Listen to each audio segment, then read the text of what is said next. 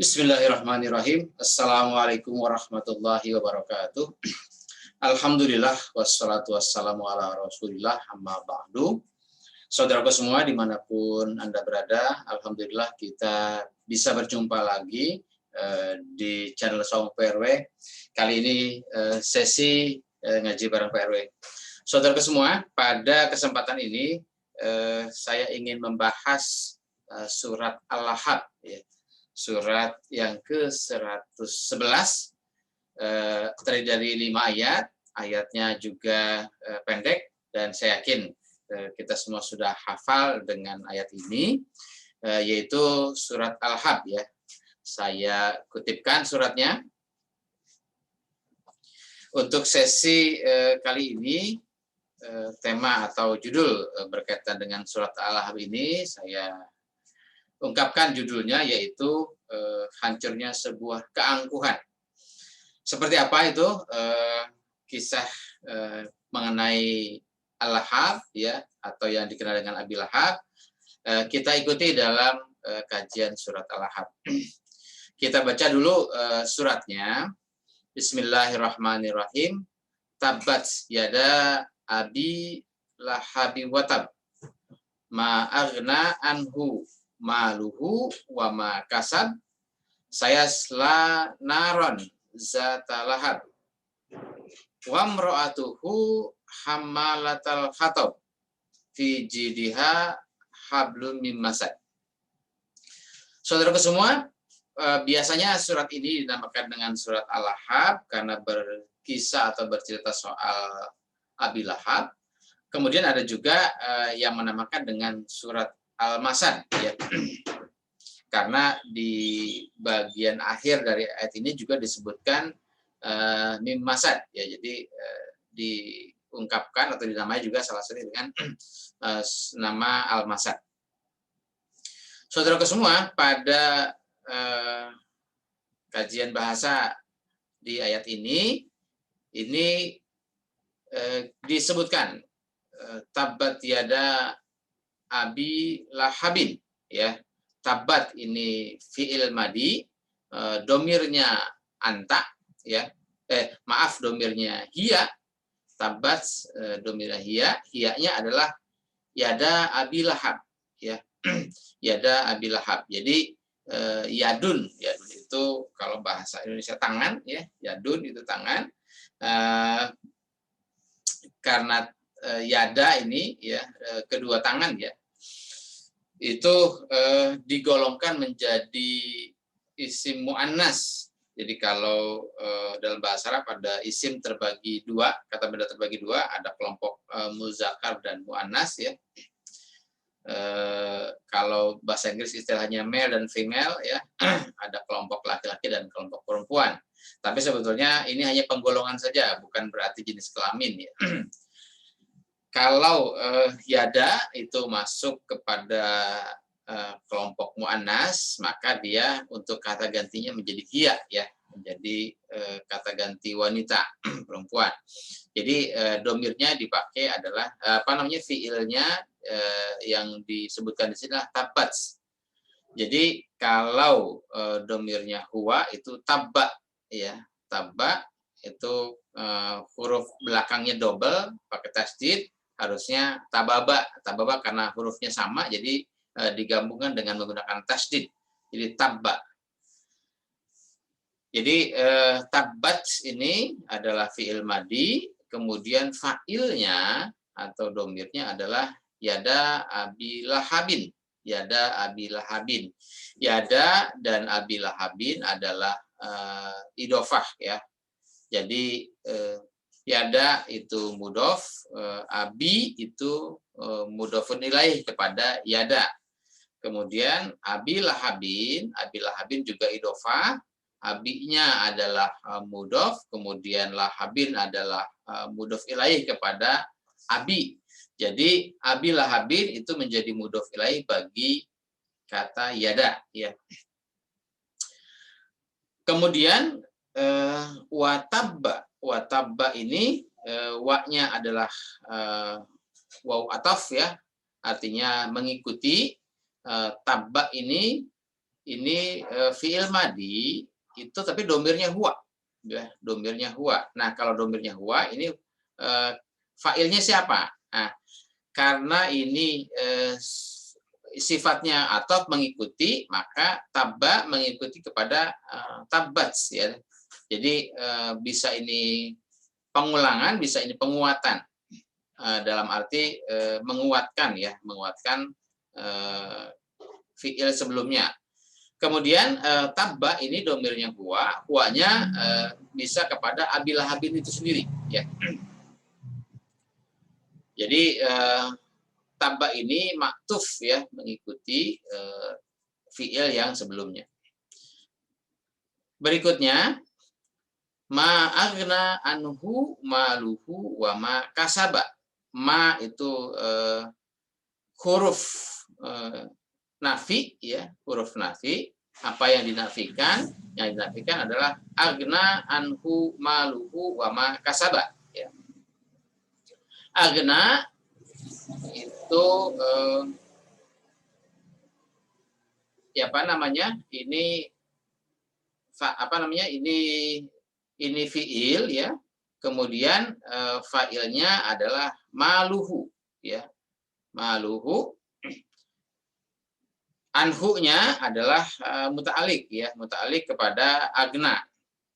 Kemudian wama kasaba, ya, wa-nya ini waw ataf, ya, dia maktuf mengikuti kepada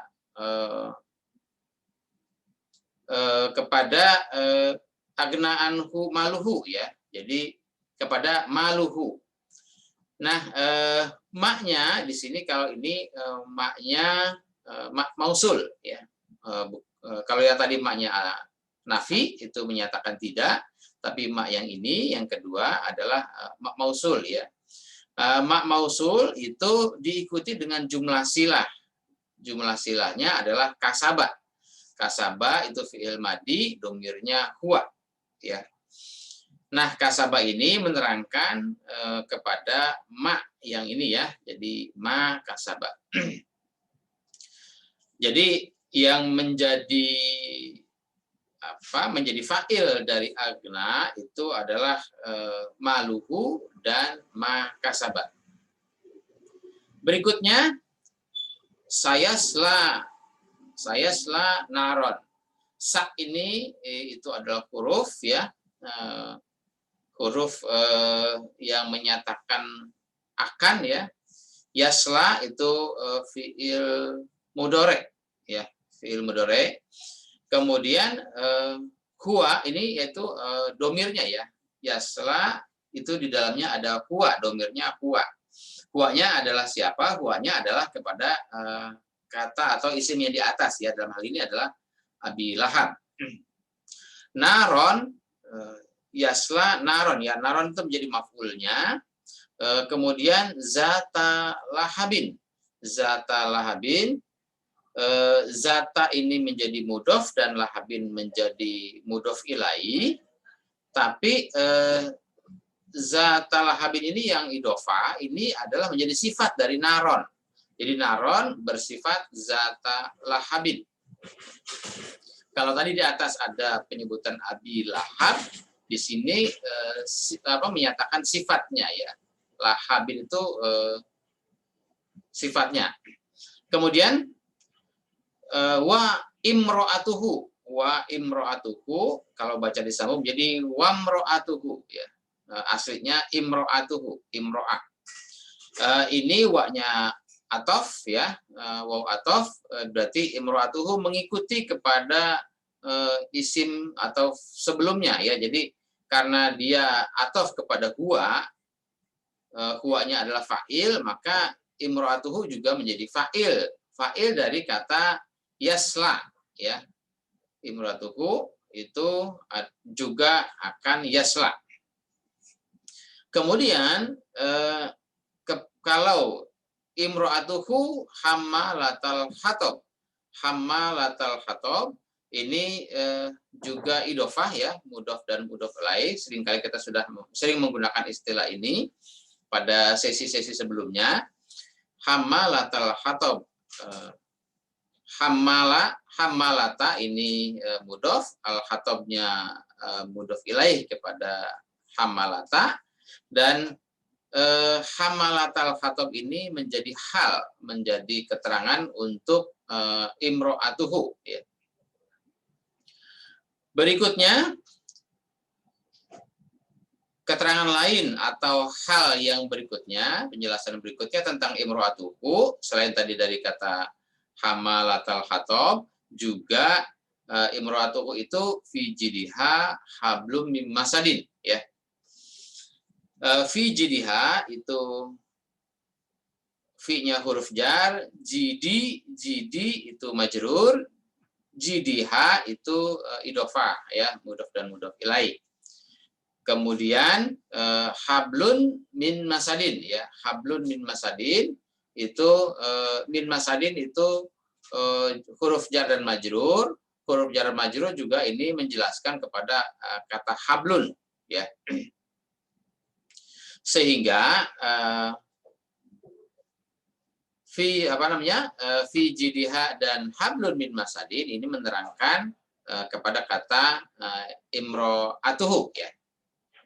Saudaraku semua, kalau kita mungkin suka mendengar cerita berkaitan dengan turunnya surat Al-Ahzab ini atau asbabun nuzul dari surat Al-Ahzab ini, pernah diriwayatkan oleh Imam Bukhari dalam Sahih Bukhari, ya, dari Abbas bahwa Rasulullah SAW pernah naik ke Bukit Sofa, kemudian dia mengumpulkan orang-orang Quraisy dan Nabi bersabda, Nabi menyatakan kepada mereka.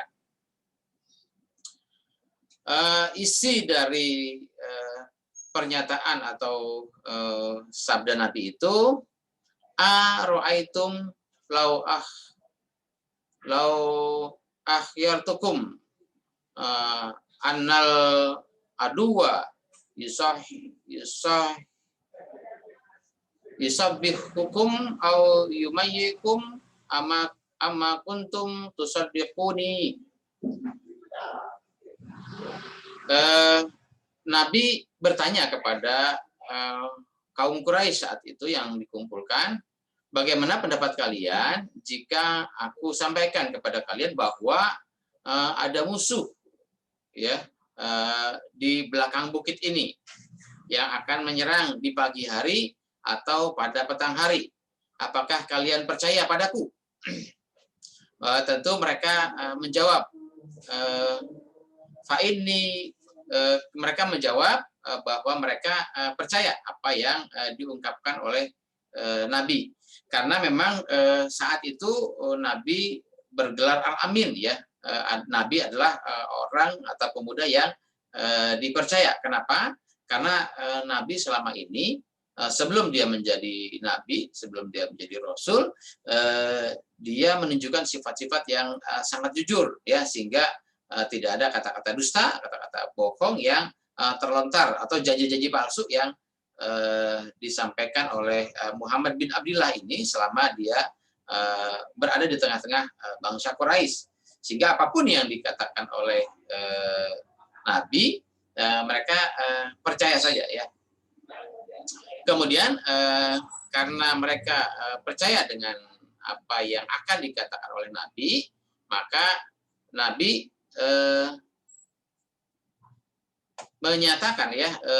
mengatakan bahwa fa inni nazirul lakum baina yaday azabin syadid. Maka sesungguhnya aku memperingatkan kepada kalian, karena Nabi ini sebagai nazirun, sebagai pemberi peringatan bahwa akan datang azab yang keras. Tiba-tiba si Abu Lahab ini dari tengah-tengah kerumunan bangsa Quraisy menyela, taban laka ya Muhammad, ya, celaka ente Muhammad, ya, kurang ajar ente, gitu, ya, kira-kira bahasanya. Jadi karena ada ungkapan inilah maka turunnya surat Al-Ahzab. Saudara semua,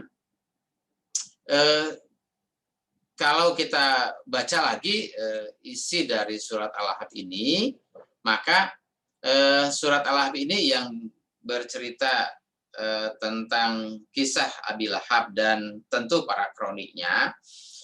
Yang pertama disebutkan bahwa tabat yada Abi Lahabin watab, ya, celaka, binasa, sia-sia apa atau apa yang menjadi kekuasaan. Yadun itu tangan, tapi ini kalau bicara sia-sia, celaka, binasa tangannya Abi Lahab, tentu di sini bukan sekedar tangan dalam arti tangan fisik, ya, tapi di sini tangan adalah melambangkan kekuasaan.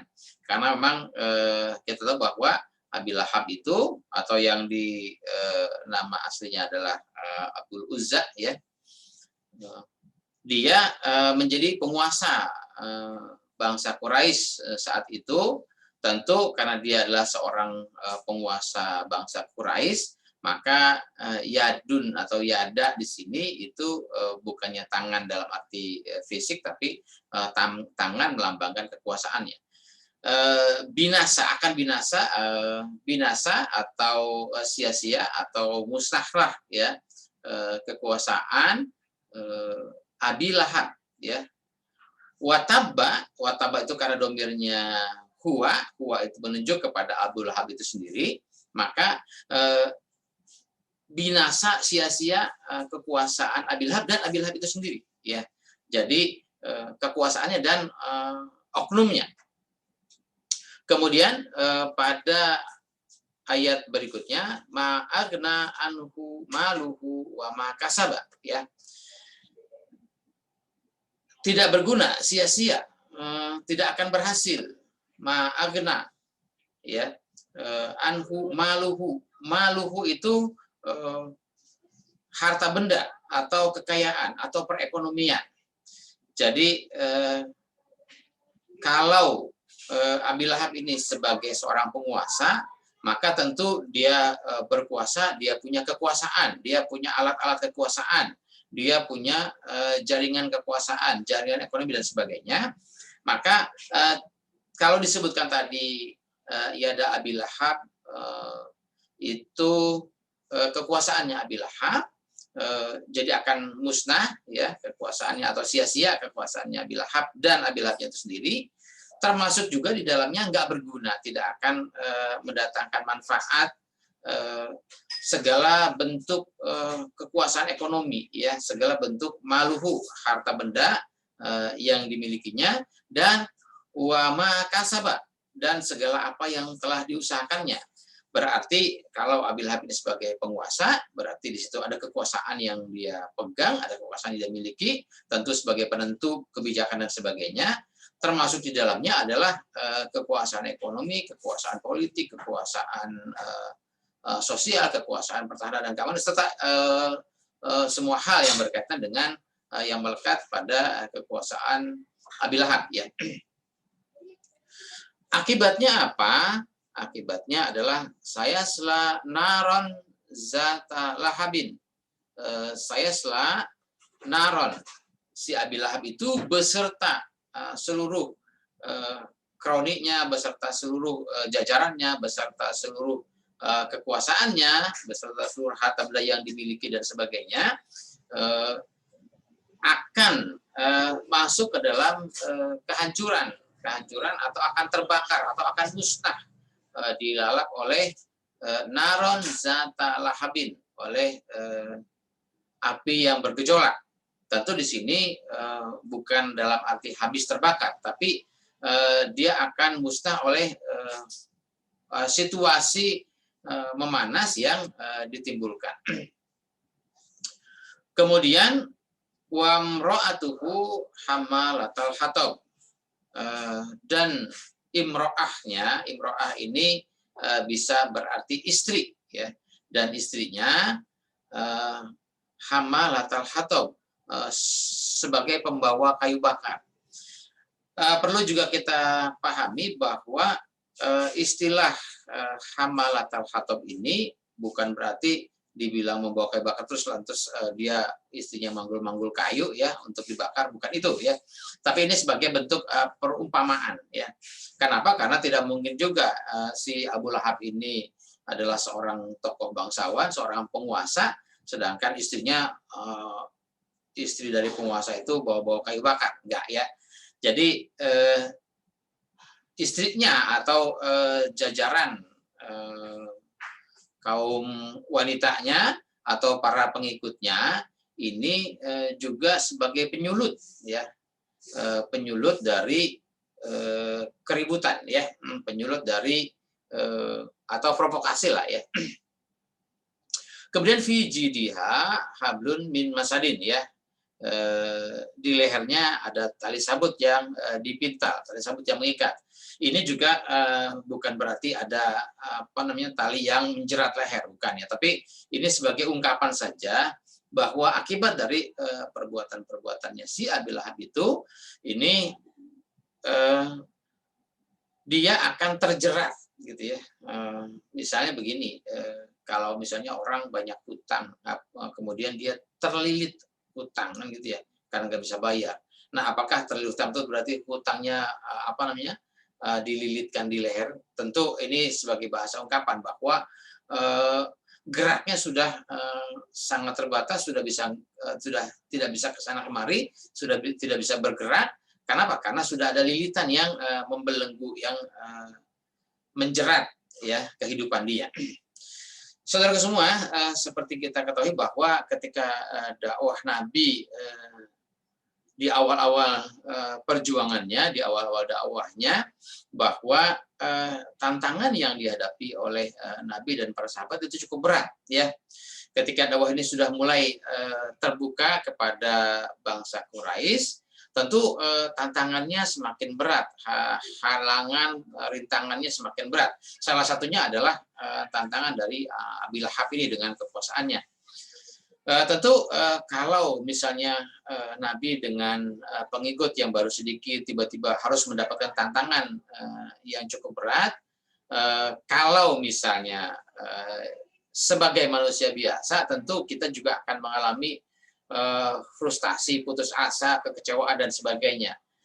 Tentu ayat ini diturunkan kepada Nabi, memberikan spirit, memberikan semangat kepada Nabi bahwa dakwah dilanjutkan saja, perjuangan ini dilanjutkan saja, risalah Nabi risalah Allah yang diemban oleh Nabi ini teruskan saja. Kenapa? Karena Allah memberikan kepastian, memberikan dukungan, ya mungkin ini sifatnya dukungan moral, bahwa walaupun saat ini dia sedang berkuasa dengan kekuasaan politiknya, dengan kekuasaan ekonominya, dengan kekuasaan jaringan pertahanan dan keamanan dan sebagainya, dengan kekuasaan pengikut yang dia punya, tapi semuanya akan sia-sia.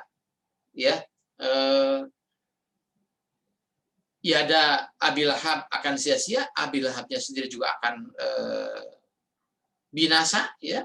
Kemudian ma'agna anhu maluhu juga segala jaringan ekonominya, jaringan kekuatan finansialnya juga yang selama ini menopang kekuasaan Abi Lahab juga nanti akan sia-sia.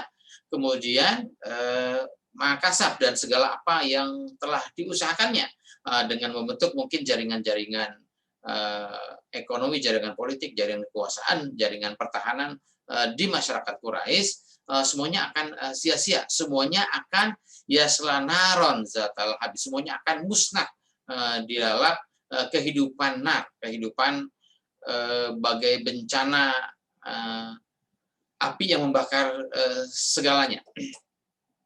Termasuk juga imro'atuhu, ya, pendukung-pendukung kaum wanitanya, ya. Nah, di sini istilah imro'atuhu bisa saja dalam arti wanita secara gender, ya, secara fisik, atau memang penyebutan sebagai ungkapan. Jadi kelompok-kelompok tertentu yang menjadi pendukung dari kekuasaan, yang kerjanya mungkin mencari-cari uang, mencari-cari keuntungan dari situasi yang ada, sehingga dia bekerjanya mendapat bayaran, mendapat uang, mendapat jadi apa, hasil dari jerih payahnya adalah dengan cara hamalatal hatab, ya, dengan cara-cara menjadi atau memberikan bahan baku untuk memprovokasi, ya, untuk menyesatkan atau memberikan apa namanya, konten-konten yang bersifat memfitnah, menjelekkan, menjerumuskan, ya, sehingga pekerjaannya adalah selalu memberikan ungkapan-ungkapan yang sifatnya membuat resah di lingkungan masyarakat. Saudaraku semua, bisa saja secara fisik, ya, secara penampilan, penampakan atau pencitraan, mungkin fisiknya, penampilannya orangnya kalem, tenang, baik, ya, tapi di belakang dia selalu membuat suasana rusuh, ya, membuat suasana itu bergejolak, membuat suasana ini agar bagaimana orang tidak percaya kepada dakwahnya Nabi, ya. Nabi dianggap fitnah, Nabi dianggap dusta, Nabi dianggap orang gila, orang sesat, dan sebagainya lah. Pokoknya kalimat-kalimat negatif, kalimat-kalimat yang hoax lah kalau bahasa sekarang, ya, yang mendiskreditkan dakwah Nabi dan para sahabat. Saudara semua, itu semua akan mendatangkan ketidakbaikan atau semuanya akan tabat, semuanya akan binasa. Jaringan Abu Lahab dan para kronik-kroniknya. Memang di atas kertas, ya, kalau kita membandingkan, ya, antara Nabi seorang diri dengan diikuti oleh beberapa pengikut yang masih sedikit, kemudian dibandingkan dengan Abu Lahab, dengan jaringan kekuasaannya, dengan jaringan harta benda dan sebagainya, tentu di atas kertas Nabi tidak mungkin mengalahkan kekuasaannya Abu Lahab. Tapi dengan jaminan Allah, dengan keyakinan yang Allah berikan kepada Nabi, maka semuanya akan binasa, semuanya akan dikalahkan, ya. Makanya Nabi mendapatkan motivasi yang kuat agar Nabi tetap terus menjalankan dakwah ini walaupun tantangan-rintangan yang dihadapi cukup besar. Saudaraku semua, itu pengalaman atau kisah yang dialami oleh Nabi sehingga mendapatkan motivasi agar Nabi terus berjuang menghadapi dakwah walaupun tantangan-tantangan yang dihadapi cukup berat. Nah, sekarang bagaimana dengan kita sebagai pengikut, sebagai pelanjut dari dakwah Nabi? Tentu ketika dakwah ini atau dakwah Al-Quran ini yang kita sampaikan kepada warga masyarakat, ini sudah pasti, ya, sudah pasti akan mendapatkan tantangan, akan mendapatkan rintangan, ya, mendapatkan ujian, cobaan, tekanan dan sebagainya yang akan kita hadapi cukup berat, ya. Tapi kembali kepada sunnah Nabi, bahwa Nabi pun juga mengalami hal yang sama. Tapi Nabi akan mendapatkan kemenangan dari hasil perjuangannya. Kita pun juga kalau kita akan melanjutkan dakwah Nabi ini, melanjutkan syiar Islam ini, maka sudah dipastikan tidak mungkin tidak ada perjuangan yang tanpa pengorbanan. Maka dibutuhkan pengorbanan yang sungguh-sungguh, pengorbanan yang cukup besar untuk terus melakukan perjuangan dakwah ini, sehingga kita akan sampai pada satu titik kemenangan seperti yang dialami oleh Nabi dan para sahabatnya sekalian. Saudaraku semua, kira-kira demikian ungkapan dari surat Al-Lahab ini, bahwa kesombongan, kekuasaan, kekuatan apapun yang dimiliki tidak akan bertahan lama, walaupun dengan jaringan dukungan finansial ekonomi yang sangat kuat, dengan jaringan media mainstream barangkali yang sangat yang sangat hebat, dengan jaringan para pendukung, para buzzer yang suka memberikan provokasi, memberikan fitnah, memberikan informasi-informasi yang negatif. Sebesar apapun jaringan itu, sebesar apapun kekuasaan-kekuasaan itu, selamanya tidak akan bisa mengalahkan dakwah Al-Quran menurut sunnah Rasul ini. Saudara semua, semoga bermanfaat.